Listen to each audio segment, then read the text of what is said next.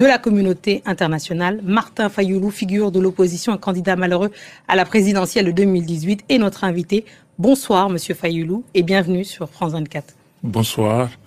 J'ai pas été un candidat malheureux. J'ai gagné, mais M. Kabila et M. Nanga ont décidé autrement. Ils ont fabriqué des chiffres pour mettre Félix Tshisekedi. Je corrige cela. Absolument, c'est votre droit. Alors, rentrons dans cette conversation, si vous voulez bien. Pour la première fois depuis le début de cette crise dans l'Est, la crise récente, je parle de 2025, donc de janvier, vous signez une déclaration commune avec Moïse Katumbi, Dély Sesanga et Joseph Kabila, votre ancien adversaire, vous venez de le mentionner. Qu'est-ce qui vous unit aujourd'hui alors que tout vous opposait hier? C'est les Congos, c'est les pays. C'est la paix au Congo, c'est la sécurité au Congo, c'est l'envie, le besoin pressant d'arrêter des tueries, des massacres des Congolais.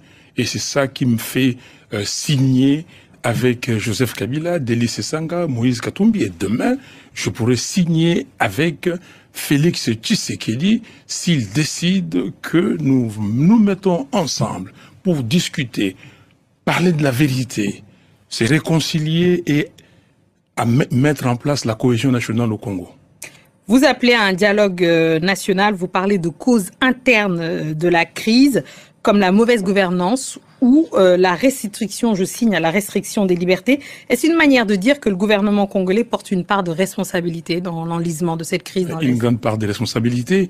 Un gouvernement, s'il est mis en place, c'est pour résoudre le problème du pays. Mais si le gouvernement s'occupe à enrichir ses membres, à enrichir le membre des familles, ce n'est pas un gouvernement. Si un gouvernement ne s'occupe pas de la sécurité de son peuple, de l'intégrité territoriale, ce n'est pas un gouvernement.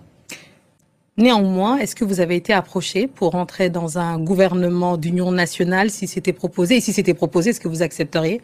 Non, je n'ai pas été... je dois être clair, on m'a sollicité pour rencontrer M. Kolongele et Bérande, c'est lui qui consultait les gens pour ces gouvernements d'union nationale. Je dis que non, je ne pouvais pas accepter parce que je souhaite que les évêques catholiques et les pasteurs protestants réunis ensemble dans leur initiative de pacte social pour la paix et le bien vivre ensemble. Et donc, je souhaite que ces pactes, cette réunion ait lieu pour que nous puissions parler des problèmes du pays. Le président Tshisekedi